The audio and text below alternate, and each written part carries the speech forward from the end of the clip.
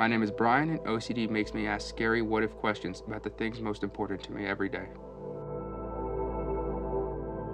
My first memory of OCD, I had this thing where whenever I printed like my essays for school, because I was very much I was a straight A student for the most part, and whenever I printed essays, I was always afraid I was printing the wrong file. So that used to just freak me out. So I'd reprint the same thing over and over and over again until the point there that my mom would be like, Brian, it's 2 in the morning, why are you printing? And I'm like, Mom, I'm studying. It started out like that. That's one of my first memories. It got pretty bad though, because I would literally be at that printer for an hour, 2 hours sometimes, reprinting.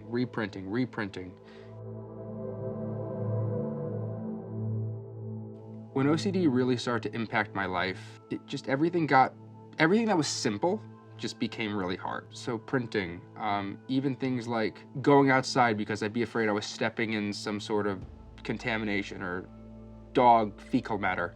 And I have, I collect a lot of, old memorabilia, sports memorabilia, high-end collectibles, just a lot of movie props. So lots of different things that I value and that have value.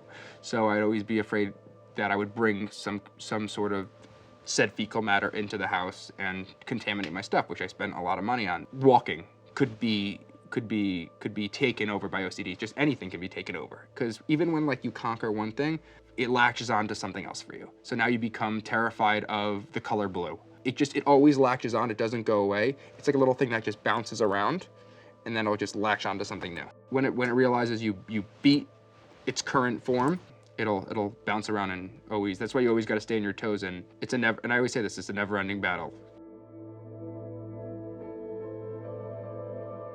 Regarding my diagnosis, I know some doctors said it when I was younger. My dad always knew. He said even when I was a little kid and I was playing with my fire truck and my car toys, all the reds had to be together, all the blues had to be together. I was a kid. I was whatever, 3, 4 years old, so everything had to be perfect. And I didn't know why all the reds had to be together, all the blue trucks had to be together, but that's how, I guess that was, I don't remember this, but that's the first time, I guess, that he saw it. And then sometimes I would ask questions, apparently, repeatedly.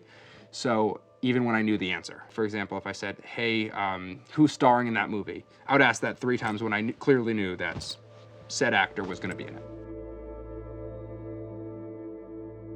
There are always gonna be what ifs, but that's in anything in life. I mean, we don't know anything. I mean, right now, a plane could come through the ceiling and kill me. I mean, it's not likely. I hope not, but it's reality. Everything's a what if. So once I started to realize that everything's uncertain in life, everything, you can take the best precaution. You could do all the right things, but sometimes just it's out of your control at a certain point. You have to be okay with things being out of your control. And to me, that's actually kind of exciting, because if I was controlling everything, my life would be kind of boring. So some of the best things in my life have happened unexpectedly.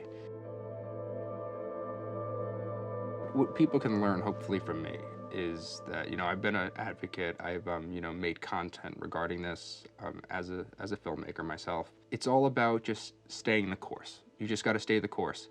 Put your head down. Focus on the good things in your life.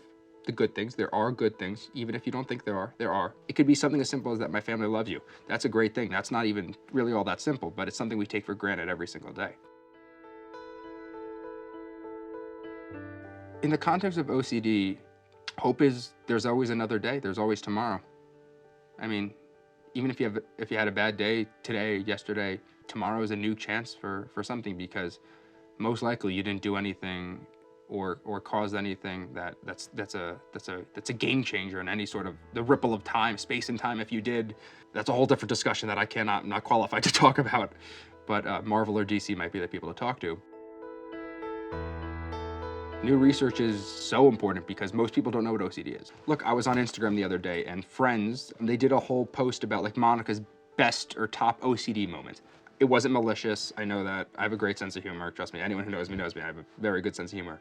But it just showed that it's become the butt of a joke in friends. But OCD really isn't like that. I think the stat is, I could be wrong, but it's 20% or maybe even more of people with OCD have contemplated suicide at some point in their life. So to me, that's not a laughing matter. Truth is, we don't know much about it either. yet, and that's the truth. I mean, I know it has to do with the gray matter in my brain and some of the ways things are hardwired and all the synapses and all those big words that I wasn't good at science for. But it's important because we need to learn more so we can tell people what it is, because some people who you may think are just weird may just have OCD.